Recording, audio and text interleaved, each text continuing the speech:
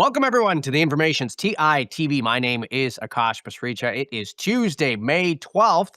First up today, chipmaker Cerebras is set to make its public debut this Thursday. Our Deputy Bureau Chief of Finance published exclusive reporting today about how much OpenAI stands to gain from the IPO. We'll talk about that shortly. We'll then turn to more exclusive reporting around OpenAI's revenue sharing agreement with Microsoft. We'll also get the latest on the Musk-OpenAI trial from Rocket Drew. We've also got a conversation for you in partnership with Gemini. I'm going to chat with Replit's head of AI about how his company is benchmarking coding models. And we will wrap the show with a look at a research preview of Thinking Machines Lab new model. It's going to be a fun show, so let's get right on into it. As Cerebras marches towards its IPO this week, our newsroom has been looking at who stands to gain most in the offering based on how much equity they already have. Our Deputy Bureau Chief of Finance, Cory Weinberg, has a story out today explaining how OpenAI landed itself in that position. I want to bring him on to talk about it, and I also want to bring on CJ Gustafsson, author of newsletter Mostly Metrics. Welcome to you both. It is great to have you here. Cory, I want to start with you. So how much does OpenAI stand to gain in the Cerebras IPO? OpenAI has a surprisingly large stake that they have amassed in a very short amount of time. Within the next month or so, probably after Cerebras's IPO, OpenAI should have a stake worth about 1.3 billion, and it could scale by billions more over time. This was a deal that they reached with Cerebras back in December, where they took essentially these incredibly cheap stock warrants at a fraction of a penny, just in exchange for promising to become a huge Cerebras customer over time. So can you explain the mechanics of that a little more in detail here? I mean, how did it amass this stake and what did it give up? Yeah, it's essentially a sign of how much leverage OpenAI has gained among some of its suppliers. Essentially, it and Cerebras came together and came up with a somewhat creative structure, so that OpenAI could essentially guarantee more compute capacity over the next few years with the company not named NVIDIA, which OpenAI is obviously incredibly reliant on. Cerebras is trying to challenge NVIDIA in the as the role of inference compute provider, and in exchange for OpenAI making a pretty massive $20 billion multi-year commitment. Uh, OpenAI got a pretty huge sort of sweetener on the deal, which is a stock warrant grant at $0.0001 that would allow them to amass 33 million shares over the next several years. It will have vested about nearly a third of that, probably within the next month, just by lending Cerebras about $1 billion for working capital, as well as Cerebras surpassing a $40 billion market cap. So let me understand this. So the working capital loan, the condition around the market cap. Maybe this is a stupid question, but why wasn't it enough just to say? I mean, they're going to provide the chips at some point, right? So I mean, what they Yeah. needed OpenAI needed equity as sort of a like a backup plan if Cerebras couldn't deliver the chips, or what's the idea here? Uh, the simple idea, Kosh, I think, is that Cerebras needed OpenAI more than OpenAI needed Cerebras. I called it the warrants are certainly a sweetener, and it is like a pretty sweet deal. And these aren't completely unheard of in the commercial growth equity world. Sort of penny warrants do exist, but the size of this deal, OpenAI potentially getting 10%, 11% of Cerebras, is pretty unusual, and I think it speaks to the leverage that OpenAI has as a buyer. Okay, so CJ, I want to come to you. Help us put this into context. Your newsletter dives into all the many things that CFOs need to think about in the current moment. This is kind of a deal that I haven't heard of before. I don't know. Corey's saying maybe penny warrants are a thing. Is how unconventional is this? This is pretty unconventional. AWS also has warrants, but in order to exercise those, it's a more commercial agreement where they'd actually have to pay over $200 million. So that part makes sense. And that was a big deal that they signed in March of this year, which I think is another reason why the stock price could be higher once they IPO. But this is extremely strange. To Corey's point, he was listing out the decimal points that it goes to. You have to like stare at it and count how far to the right it goes. And I did the math. It's essentially it could potentially be worth $5.1 billion in equity if everything goes right across the three tranches, and it would only cost them about $350, which is about the price it costs to take my family to dinner. Hmm. In the story, CJ, you offered this quote when talking about the dynamics of the deal. If I'm in Cerebrus's shoes, maybe it's a deal I had to take to a certain extent to get the scale that I want to be. Can you unpack that a bit? Yeah, and I want to give them the benefit of the doubt because, amazing companies that are infrastructure and capital intensive don't come about without some sort of propping up from another force. And it's not just OpenAI that's helping them with this working capital loan of $1 billion. They have two major customers who are also investors who also prepay for things to be built in Saudi Arabia. And those deals, you kind of squint and look at them as well. And you're like, well, how did this come to be? Is this exactly by the books? If you have two customers that make up 85% of your revenue, but you have this cold start problem when you're creating something from scratch. And these chips, I mean, they take a lot of investment. The company's been around since 2016. And, the founders have been working hard at it and been diluted to a certain extent because of what it takes to make. But I mean, like, in order to build something great, sometimes you have to take a deal that looks a little funky. Corey, how does this contrast with the deals that OpenAI has done with CoreWeave, for example? That was another comparison point you used in the story. Yeah, that's how I sort of landed on this topic and found it interesting. Was I covered the CoreWeave IPO back in March of 2025, and I was sort of sifting through the Cerebras sort of IPO filing in recent weeks, and just sort of reading all the details of their OpenAI deal and having flashbacks because this was a big part of the CoreWeave IPO that I wanted to understand better as well. Essentially, what happened about 14 months ago when CoreWeave went public, was they were not getting amazing feedback from Wall Street ahead of their IPO.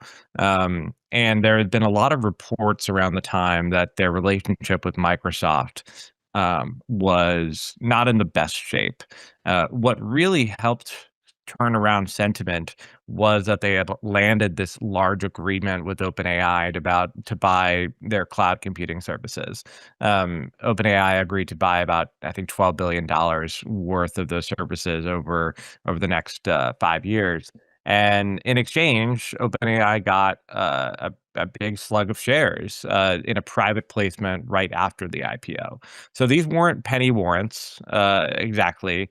These were for free. OpenAI just got these shares. What was different with the CoreWeave IPO and why I think the Cerebras deal is even more aggressive in favor of OpenAI is that OpenAI's equity agreement with CoreWeave doesn't scale over time. They got these shares and in the company, and they don't have sort of an allotment to get more as they buy more. But Cerebras, this deal scales to potentially 10 or 11% of the company.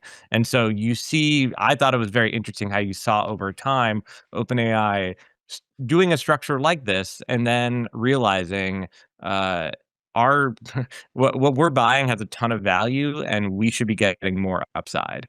And so you saw that with a deal they did later in the fall with AMD, and now with Cerebras, where these deals can get really supersized. CJ, I'm sort of thinking about where Cerebras is at in its company life cycle. This was a deal that, as Corey pointed out, I mean, they had to get business from OpenAI, and this is what they had to give up. if you look at the current state of the business, I mean, was this a sort of an early stage type of deal to do, and I'm putting this out there because I think we know better than to predict the end of circular deals and circular financing. Could you see more of these types of deals coming, for Cerebras even after they go public? I mean, talk about that. I don't think this is the end of the circular deals. And by the way, Cory or someone from the information should do a story on if OpenAI is really just a venture company that happens to make large language models, because they've got to have the best venture portfolio out of anybody out there. It's absolutely incredible. And at the best cost too, right? Their cost basis must be off the charts. But I The don't cost think this basis is is the what, a press release, really? yeah, right. So they're doing something right there. I don't think this is the end of these types of arrangements, because if you look at the ecosystem, there are players that benefit from like the slack capacity that others have. Like you could even extrapolate this out to the SpaceX IPO and being like, well, why are there so many different companies that are bundled in this? It's like, well, XAI might play well in terms of its data center capacity for Cursor to come on with their call option. So I don't think this is the end of it. What I am curious to see though is if they can get a premium on a backlog of revenue of 24 and change $billion, where the bulk of it is just OpenAI, right? And it's on their nascent cloud business, which is the smaller component of their revenue today. So I don't know. I don't know how that plays out. Right, right. And I mean, just talk a little bit more about what you're watching for in terms of the Cerebras IPO and the current state of the company. What are some of the factors that we should be watching for? Yeah, so every week I track the valuation multiples of 142 companies in my newsletter. And if you were to take their 2025 revenue right now and say, well, what would the revenue multiple be on $33 billion, which is the midpoint of what they priced at, that would be like a 60x current revenue. But because of this backlog, which goes live, assuming that the deal with OpenAI is on the up and up and continues to have enough capacity, it puts them at about 2.5 to 3 billion in revenue. So it becomes a more palatable 10 to 13x forward revenue. And for context, the median tech company right now is trading at 3x. The top 10 are trading at 14x. And then you have Palantir that's around 50x, which is number one. And then you go down to Cloudflare, which is 30x. So if you were to say, well, what's the universe of comps that it's most relevant to? They want to be at a premium to CoreWeave, which is, I think, interesting. CoreWeave is trading at about 9x in change forward revenue. They want to be somewhere in the 10 to 13x, which would also put them ahead of AMD, but below NVIDIA. Ahead of AMD, but below NVIDIA. Okay, well, that is a tall ambition, and I think we're all excited to see how it trades come Thursday. I want to thank you both for coming on. That is Cory Weinberg, our Deputy Bureau Chief of Finance, and CJ Gustafsson from the Mostly Metrics newsletter here on TITV. The latest iteration of OpenAI's revenue sharing deal with Microsoft marked a significant shift in the partnership between the two players. My colleagues Srimupudi and Aaron Holmes have some inside reporting on who the winners and losers are in this latest arrangement. I want to bring on Aaron Holmes to talk about it. Aaron, welcome back to the show. It's great to have you here. Happy to be here as always. What did you find with Sri with respect to OpenAI and Microsoft's new revenue sharing agreement? So we already knew that OpenAI and Microsoft renegotiated their partnership in April. And what we found out just this week is that as part of their new deal, OpenAI has a cap on the amount of revenue that it has to share with Microsoft. And specifically, that cap is $38 billion. So we knew that OpenAI was sharing 20% of its revenue with Microsoft. And according to OpenAI's internal revenue projections, it could have shared over $100 billion of revenue if it hit all of its revenue goals between now and 2030. Now it's only having to share $38 billion. So that's pretty significant savings for OpenAI. Of course, Microsoft is getting, some things in exchange. For example, now all of the payments have to happen between now and 2030. Previously, they were going to be deferred over a longer time period. They did away with the AGI clause, which could have, taken away Microsoft's exclusive license to the technology when OpenAI hit AGI, and that's no longer a part of the agreement. So 38 billion is sort of the maximum amount of revenue that OpenAI will share with Microsoft under this arrangement? Yes, in addition to what it's already shared, which is close to 3 billion so far, that's going to be the total amount that it will share between now and 2030. Right. So basically, they basically replaced the AGI cap with sort of a hard number in saying 38 billion, or they've also put a time limit on it now, which is 2030, I believe you said. Yep, that's right. Yeah, now OpenAI is basically on the hook to keep paying 20% of its revenue on schedule between now and 2030, instead of being able to sort of spread out those payments over a long time period, which it was allowed to previously. So now let's go back to what you were talking about earlier, which is the winners and losers of this. I mean, let's talk about this. Microsoft, I guess, depending on when you thought AGI was going to be reached, which was the whole, gray distinction here in the first place, it's either getting more or less than it would have. OpenAI. I mean, I guess really, are there winners and losers here, or is it really just like the CFOs who have a little bit of certainty insofar as what they're getting? I think it's safe to assume that Microsoft wouldn't have agreed to this deal unless it felt like it was a safer bet. I think that truly, what Microsoft gets is just this deal of certainty that, specifically, I think having the IP license, which goes now through 2032 and is not tied to AGI, is potentially, even more valuable to Microsoft than getting a cut of OpenAI's revenue, especially because, being able to keep selling OpenAI's models to its own customers could be a much larger source of revenue, including through its Copilot software and also just selling the models themselves, than simply getting these cash payments that were going to end at a certain point anyway. It's also kind of funny to me, Aaron, that maybe a year ago, the conversation around AGI, when you will reach AGI, what the definition of AGI is. I mean, this was like the big question that everyone was concerning themselves with. It feels like in the past year, I mean, that's certainly fallen off, and I think it's fallen off in favor of people saying doesn't matter because we have to make money. Whether it's AGI or not, we have to sell what we have. And so it very much feels like people have basically acknowledged that this was a useless goal in the first place. Yeah, and it's interesting because Satya Nadella has actually been banging that drum kind of in public for years, saying that he, isn't really interested in defining when AI is as intelligent as a human or as capable as a human worker, and that he was more interested in, when AI will generate profits and when it will contribute to GDP. And I think that this renegotiated deal is maybe kind of a reflection of that philosophy. Specifically, just that Microsoft is a business; it wants to be able to make money from this investment, and that's now what they're more focused on. Okay, so let's pivot now to another story that you published about how much Microsoft stands to gain from OpenAI in terms of the cloud business. Tell me a little bit about what you found there. Yeah, so we learned some new details about how much OpenAI has been paying Microsoft, to rent cloud servers and through that revenue share agreement that we mentioned earlier. And then, took those numbers as well as some informed estimates about how much revenue Microsoft is making from its own sales of Copilot and from its sales of OpenAI models.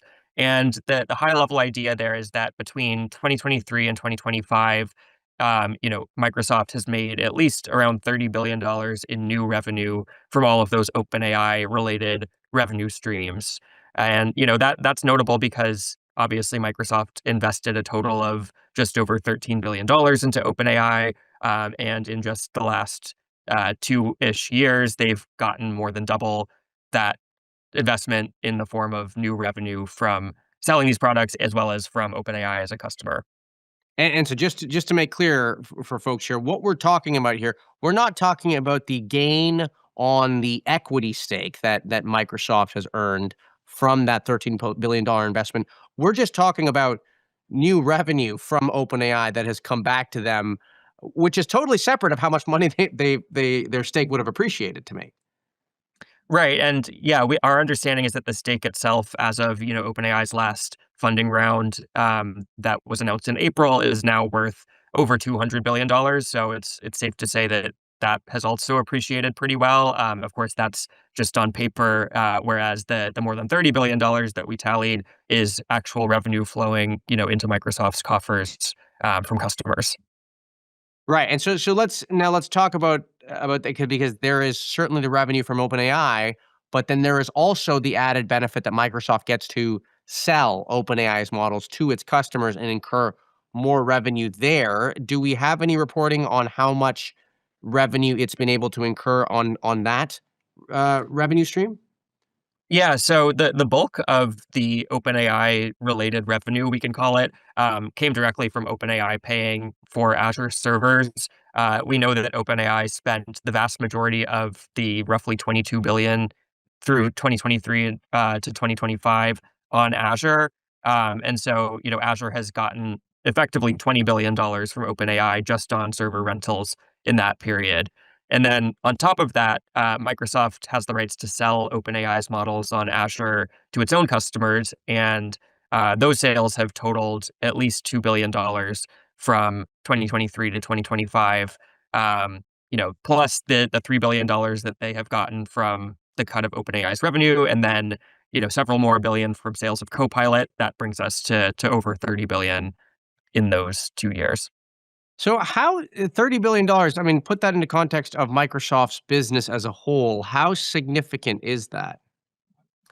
It's not enormous for Microsoft's business. I mean, the company does several $100 billion of revenue annually, and is growing quickly. But it does, kind of speak to how important OpenAI has been specifically for powering its AI revenue. And something that Microsoft disclosed in its earnings call last month was that they have basically in the neighborhood of roughly, $37 billion in what they're calling AI revenue, which is just all of the money that they're making from renting GPU servers and from selling Copilot and other services that they sell directly to big labs like OpenAI and Anthropic.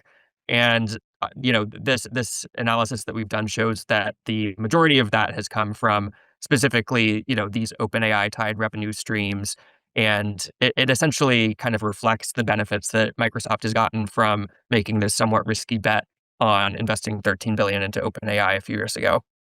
Now, I do want to be fair here, because we're talking. I mean, you have a lot of reporting on how Microsoft is benefiting from this arrangement, but are there ways in which Microsoft is sort of giving something up other than the $13 billion initial investment? I mean, it's not like the people at OpenAI are just sitting around, giving up everything. What is Microsoft giving up here? What does OpenAI gain through all this? I mean, I think that, arguably if Microsoft hadn't invested this much cash and also built supercomputers for OpenAI, I don't think it would have been necessarily possible for OpenAI's business to grow as quickly as it has.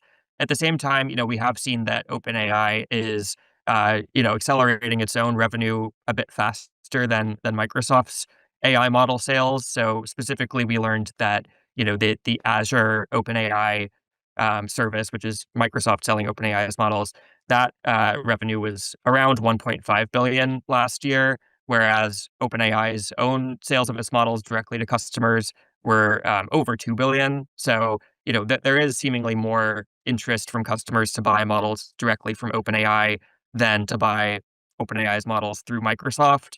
But at the same time, this has obviously been very beneficial to both companies. Well, but I mean, that would make sense too, right? And I guess that is the threat, I guess, to Microsoft, is if OpenAI can basically find a way to continue that traction and make its product more compelling, having a direct relationship with the customers. I mean, that could then in turn affect that part of that OpenAI related revenue, which is the reselling of the models. I mean, again, this is like a product versus distribution um, question, right? Is it distribution that wins? Is it product that wins? So that is certainly an interesting question. A lot of great reporting in there in both those stories. I want to thank you for coming on, and we will certainly have you back with Sri Muppidi, who was a co-author on both of those pieces. That is Aaron Holmes, our Microsoft reporter here at The Information. The Information's Rocket Drew is covering the Elon Musk OpenAI trial from the courtroom all week long. Here is his latest update.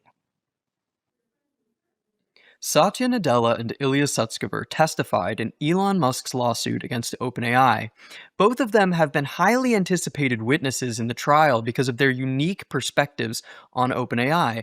Satya Nadella is the CEO of Microsoft. Microsoft is a defendant in the case. Musk alleges that Microsoft aided and abetted breaches of charitable trust that OpenAI committed, meaning when OpenAI allegedly acted in ways that were contrary to its nonprofit mission, Musk alleges that Microsoft assisted in that. So in part, that's by investing in OpenAI and taking the rights to some of OpenAI's IP and the rights to commercialize its technology. It's also by providing input about who OpenAI should elect to its board of directors. Satya exchanged some texts with Sam Altman around the time that Sam Altman was fired from his position as CEO of OpenAI. Musk alleges that this is sort of undue influence that Microsoft has over what should be an independent charity. The most important takeaway from Satya's testimony was that he actually had the opportunity to explain some comments that he gave to the press around the time that Sam was fired. Satya had said, "We're below them, we're above them, around them," which Musk's side has been presenting as a statement of control, that Microsoft sort of holds all the cards in the relationship with OpenAI. Satya explained that what he meant by those comments was when he says we're below them, that means Microsoft provides the underlying compute infrastructure that OpenAI builds on. When he says we're above them, he means they develop applications on top of OpenAI's technology. And when he says they're around them, he means they provide them APIs and other developer tools to do their work. So that may have gotten Satya out of some hot water here, and that could prove important for Microsoft's defense in the case. Ilya was kind of a wild card, though, because he has affiliations with both sides. On the one hand, you might expect him to sympathize a little bit with Musk's case, because Ilya played a crucial role in the decisions that led to Sam Altman getting fired from the board. Ilya was a co-founder of OpenAI and served for a time as its chief scientist, but he eventually left OpenAI after flip-flopping and deciding to advocate for Sam Altman to return to the company. And then Ilya eventually left. So he has some affiliation with Musk's side. On the other hand, he was a co-founder, he was a board member. OpenAI is paying his legal fees. It's natural to expect that he has some allegiance there as well. In practice, I think Ilya basically came out as independent from both of the parties. He sort of has his own point of view on things. He certainly had some concerns with Sam leading up to the firing, but ultimately what he cared about was OpenAI, and at the end of the day, he wanted to make sure that OpenAI continued to exist and continued to pursue its mission. He ended up saying something that probably advances OpenAI's side in the lawsuit. He said that OpenAI's mission is larger than any structure. And he talked about how he was supportive of some different structures that were being considered back in the day when different structures for OpenAI were under consideration. But he said that he had reservations about Elon Musk having full control or a majority of the equity in an OpenAI for-profit subsidiary, that he had concerns that that wouldn't be fair, given the amount of time that Musk would be able to dedicate to OpenAI among his other pursuits. So that was the testimony most recently in Musk v. Altman. Up next, we're expecting to hear some testimony from Sam Altman himself, who has certainly been a highly anticipated witness. A lot of the events concerning Sam have become the crux of this case, including the events surrounding November 2023 when he was fired. So it will be very interesting to see how he explains and how he accounts for those events when he testifies at the trial. Our next segment is supported by Google Gemini. As AI models become more powerful, companies are increasingly focused on how to measure that performance. Benchmarking is certainly an important part of that story. Joining me now to discuss how Replit thinks about that is Michele Catasta, Replit's president and head of AI. Michele, it's great to have you here. I want to ask you a very basic question. How do you decide which models to offer your customers? AI coding models, I mean, there's so many of them. How do you even think about which ones are competitive and how that changes over time? You're right. The choice is very wide. And I mean, I would say over time, it's more and more of a challenge to pick the best model for whatever our agent wants to do. We spent quite a lot of research effort, especially in the last 6 months, and we decided to take the burden on ourselves and create a new benchmark end-to-end for vibe coding. We literally launched it last week. It's called VibeBench. You can find it at vibebench.ai. And the key insight is we created something that allows you to, first of all, instruct the agent to build an application 0 to 1, as our users do on our platform on a daily basis. And then at the very end of that process, we have another AI instructed to test step by step if that application works correctly. It kind of acts exactly as a human will do. It opens a browser, it interacts around with different forms and buttons, and then it follows a rubric of how that application should actually behave. So we automated completely the process end to end. And then what we can do at this point is we can literally swap different model types, different combinations on how these models interact with each other, and figure out which one of these configurations scores the best. In all honesty, I also wish it was this easy, while in reality, we have several different targets that we try to accomplish, when we run evaluations. And as you can imagine, it's not only important to have high performance, but also speed of execution matters to our users, as well as how affordable we can make our product. So we always have these like three competing dimensions at play. Right. And we need to decide based also on what is the product philosophy that we want to follow. So on the affordability piece, I mean, this is interesting. You've built this benchmark. Is it always the case that you basically go to your customers and say, hey, whichever one of the top 3 models, these are the ones you should be using? Or is this more of a consulting conversation where it says, look, this is the best model right now. This is the frontier model. But, maybe because of cost efficiency, maybe because of what you need, it makes more sense to take one that is lower down. I mean, take me inside those conversations. So since day one, when we launched Replit Agent V1 back in September 2024, we made a product choice of not exposing a model selector, which is really something that differentiated us from many other products on the market.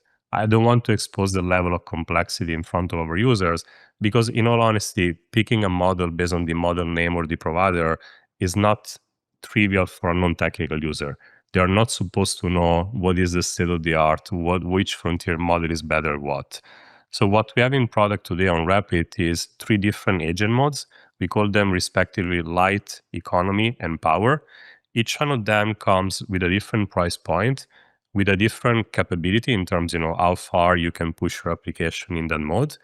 And we craft under the hood exactly what is the right combination of models and how they should be interacting with each other.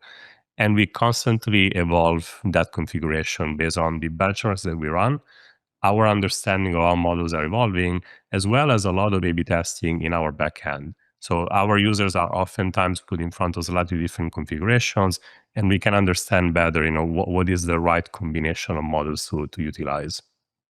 So I am curious about how you think about your relationship with the labs, because I'm sure you're talking to them all the time as you use all their models.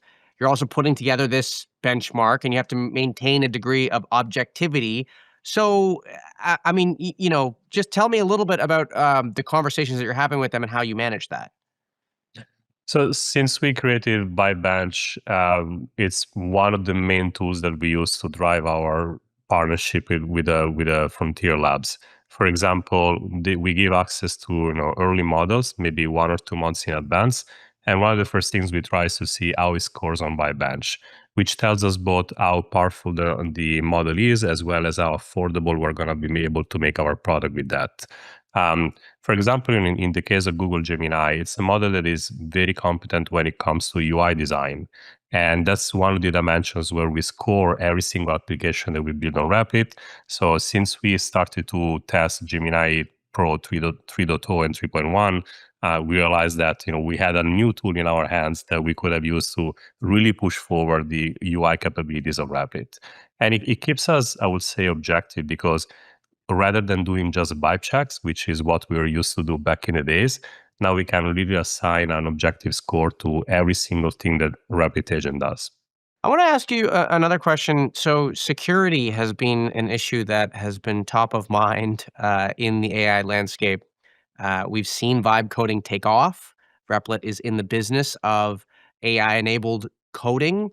How do you ensure that security is prioritized? And I ask because it seems like as more and more code is generated through AI applications, we are seeing more security risks and security incidents.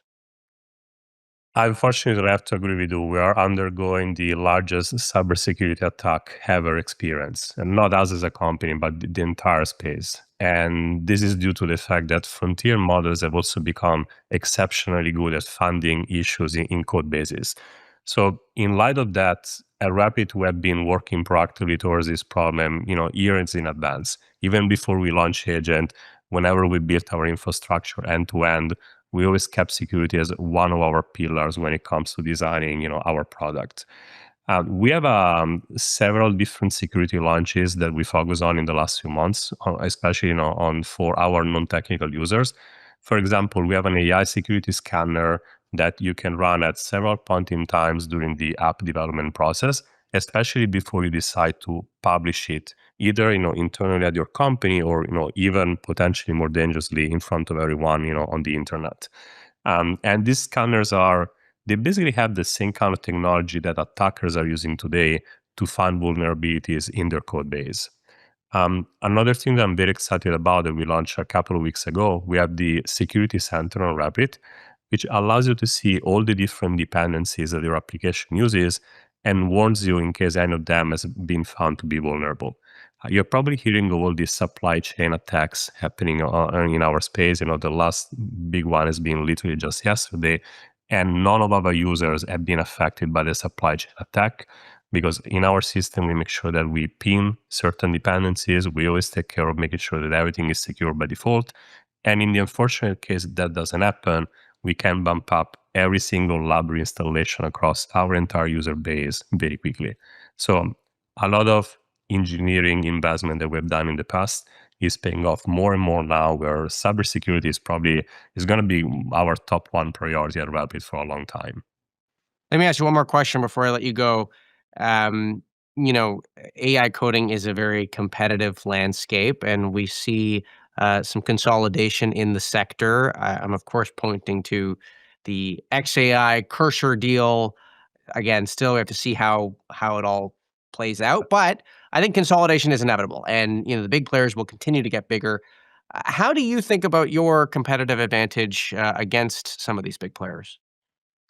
We think about it in a different way compared, say, to Cursor. Right now, we don't feel a need to create our own frontier model that drives the entire product. Rather, the competitive advantage is when you get closer and closer to, especially an enterprise customer, that's when you're exposed to the real nature, the complexity of the problem. Now, we're not just creating a coding agent that allows them to create a code base.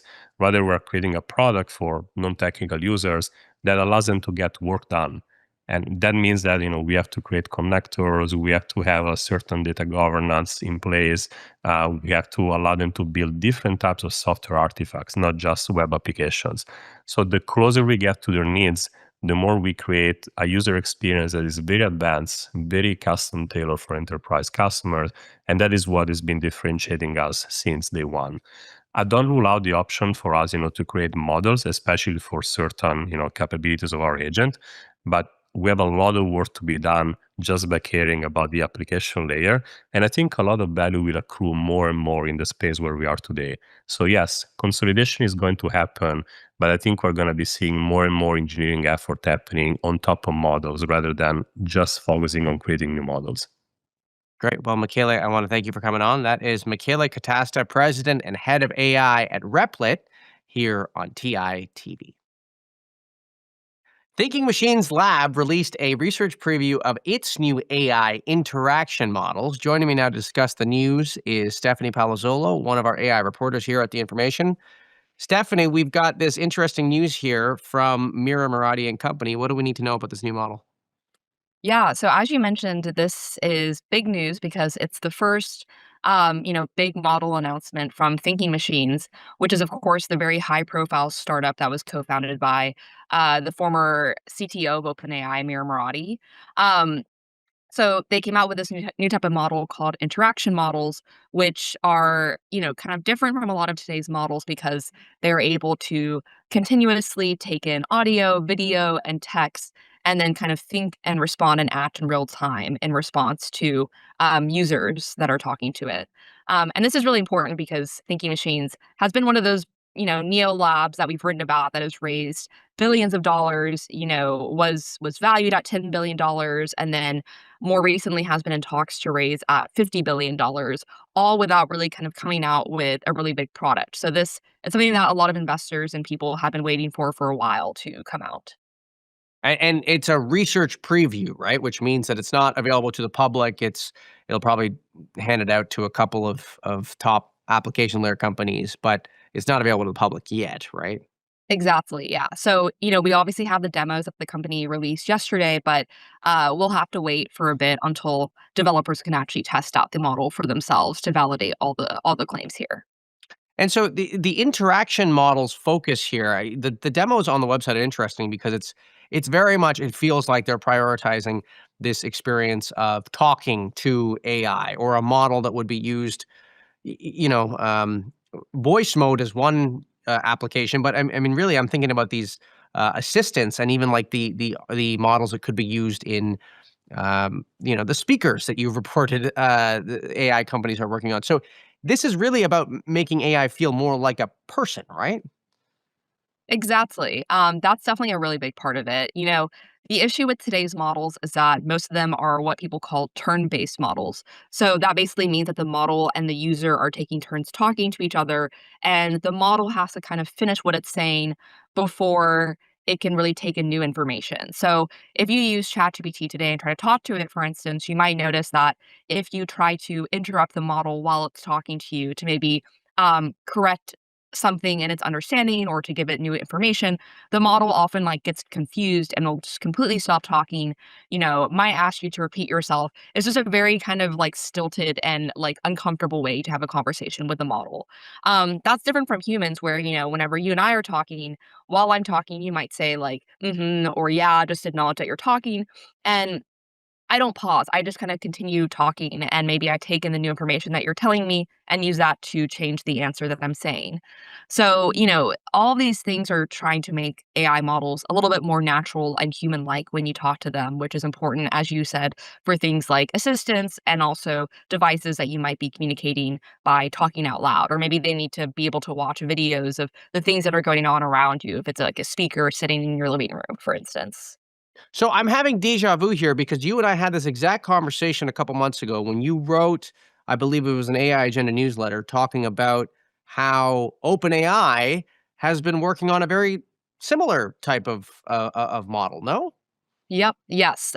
This is exactly what we talked about a couple months back. So, OpenAI is similarly working on this type of model. They're calling it a bidirectional voice model. So again, AI that you can interrupt and talk to, much like how you're talking to humans. And so, OpenAI actually did release a new update to its voice models last week, which I think some people kind of saw as a way for them to get ahead of the Thinking Machines announcement and try to steal the spotlight a little bit. Those models, though, kind of got mixed reviews from developers. They were an improvement and they do seem, smarter, better at doing kind of real-time translation and transcribing, but they didn't really fully feel like what we had imagined when we thought of bi-directional models that OpenAI is working on. So maybe it just feels like maybe an earlier version of the eventual bi-directional model that they want to release. So right now, they're but both Thinking Machines and OpenAI are very clearly interested in this. Both of them have not really released the full kind of end product for developers to use. So I think we'll take a bit more time to see who really is going to come out on top with these new types of, voice or interaction models.